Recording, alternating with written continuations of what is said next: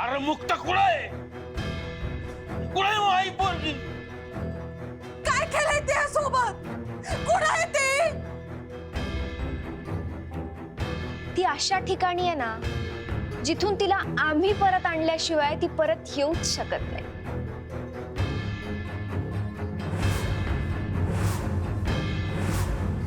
नाही, काळजी करू नका. एकदा का माझं आणि सारंगचं छान लग्न झालं, आम्ही मस्त संसाराला लागलो की सोडू मग परत आणून तिला.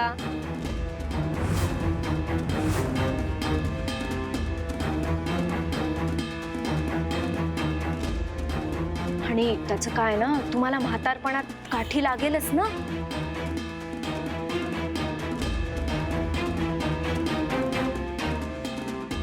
घ्या घ्या, अहो घ्या ना.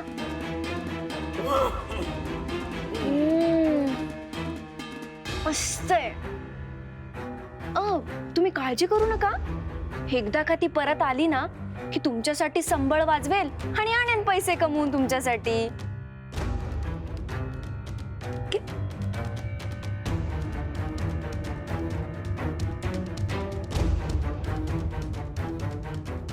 मस्त आहे. Missed it.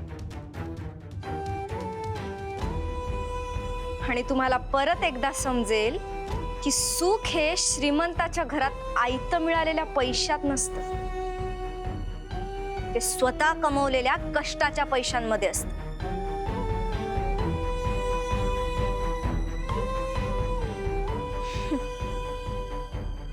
Cheers.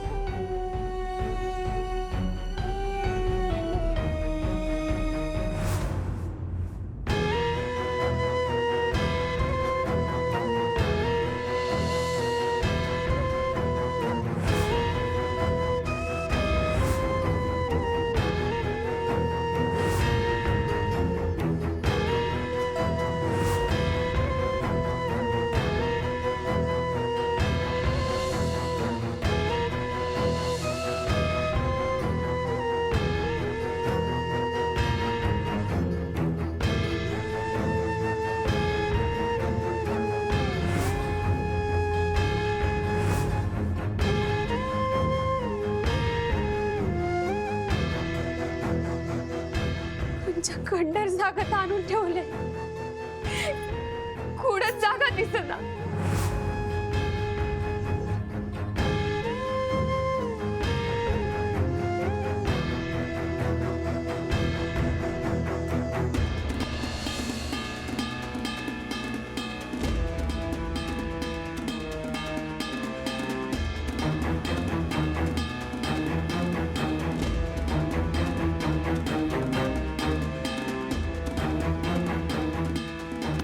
कोणी आहे का?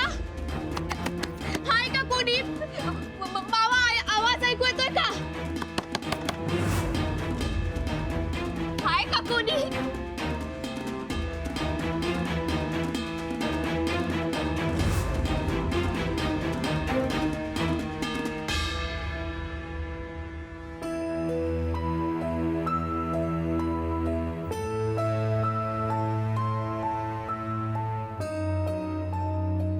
हे काही दागिने मुक्तासाठी मी घेऊन आलोय, जरा एकदा बघून घे. अहो, घरात आहेत की एवढे दागिने? आणखीन कशाला हवेत? असू दे, पोरगी गरीब आहे का? आयुष्यात कधी सोनं पाहिलंही नसेल तिने. माझ्या सुनेला मी असं दागिन्यांनी मढवणार आहे. मला खरंच खूप कौतुक वाटतं तुमचं. एखाद्यावर प्रेम करायला लागलात की इतकं प्रेम करता की बाकी सगळ्यांचं प्रेम फिकं वाटायला लागतं.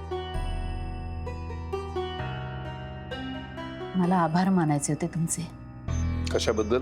माझी अट मान्य करून मुक्ताला सून म्हणून स्वीकारल्याबद्दल. खरं तर मी तुझे आभार मानणार आहे. इतकी गुणी मुलगी सून म्हणून आपल्या घरामध्ये आणल्याबद्दल. तुझ्यामुळे स्वीकारलंय मी तिला. एक विचारू? विचार ना. म्हणजे मला सारखं असं वाटतं की सासूबाईंना तुम्ही अजून मनापासून स्वीकारलेलं नाहीये, हो ना? असं नाही की स्वीकारलंय की. म्हणजे बघ ना, मी तिला आई म्हटलं, तिच्या पाया पडलो, आशीर्वाद घेतले. एवढंच काय, तिच्यावर जी काही निर्बंध घातले होते, खोलीच्या बाहेर पडायचं नाही, सगळे निर्बंध उठवले. आता मुक्त आहे ती घरभर फिरायला, आपल्या बरोबर जेवायला बसू शकते. आणखीन काय करायला पाहिजे? माया करायला हवी, मनापासून माया करायला हवी.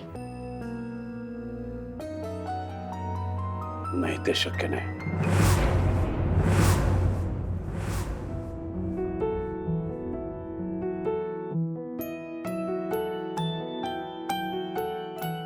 या बाईवरती माया करणं शक्य नाही, कारण माझी आई जिवंत असतानाच ही बाई माझ्या वडिलांच्या आयुष्यामध्ये आली. माझ्या वडिलांना प्रेमाच्या जाळ्यात ओढलं तिने. या बाईवरून माझ्या आईमध्ये आणि माझ्या वडिलांमध्ये भांडणं व्हायची. आईला खूप खूप त्रास सहन करावा लागलाय. एकटीच रडत बसताना मी खूप वेळा पाहिलंय तिला. खूप यातना सहन केल्यात तिने. त्या बाईमुळेच माझ्या आईने हाय खाऊन शेवटी मृत्यूला कवटाळलं. मी कधी विसरू शकत नाही. मी आणि अंबिका लहान होतो त्यावेळेला. तो मृत्यूशय्येवरचा माझ्या आईचा चेहरा अजूनही आठवतो मला. कसं विसरू मी ते? आणि माझी आई गेल्यानंतर 1 महिन्याच्या आत वडिलांनी या बाईशी लग्न केलं आणि तिला आमच्या बोडक्यावरती आई म्हणून घरामध्ये आणलं. काय झालं असेल माझं आणि अंबिकाचं?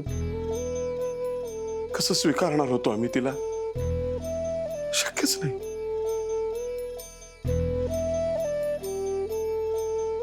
त्यामुळे या बाईला मी कधीही माफ करू शकत नाही.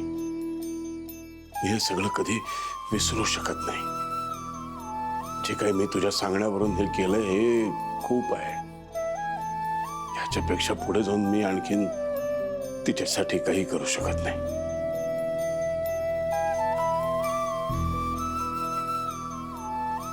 माफ कर मला, माफ कर. मला आणखीन ह्या बाई समोर झुकायला लावू नका. नाही जमणार.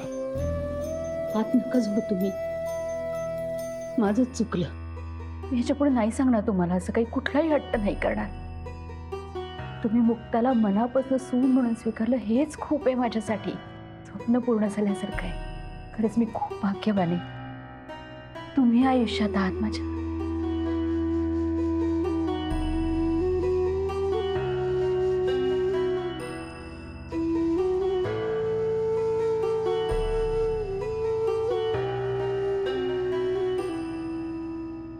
माफ कर वैजंती, तुला फसवावं लागतंय.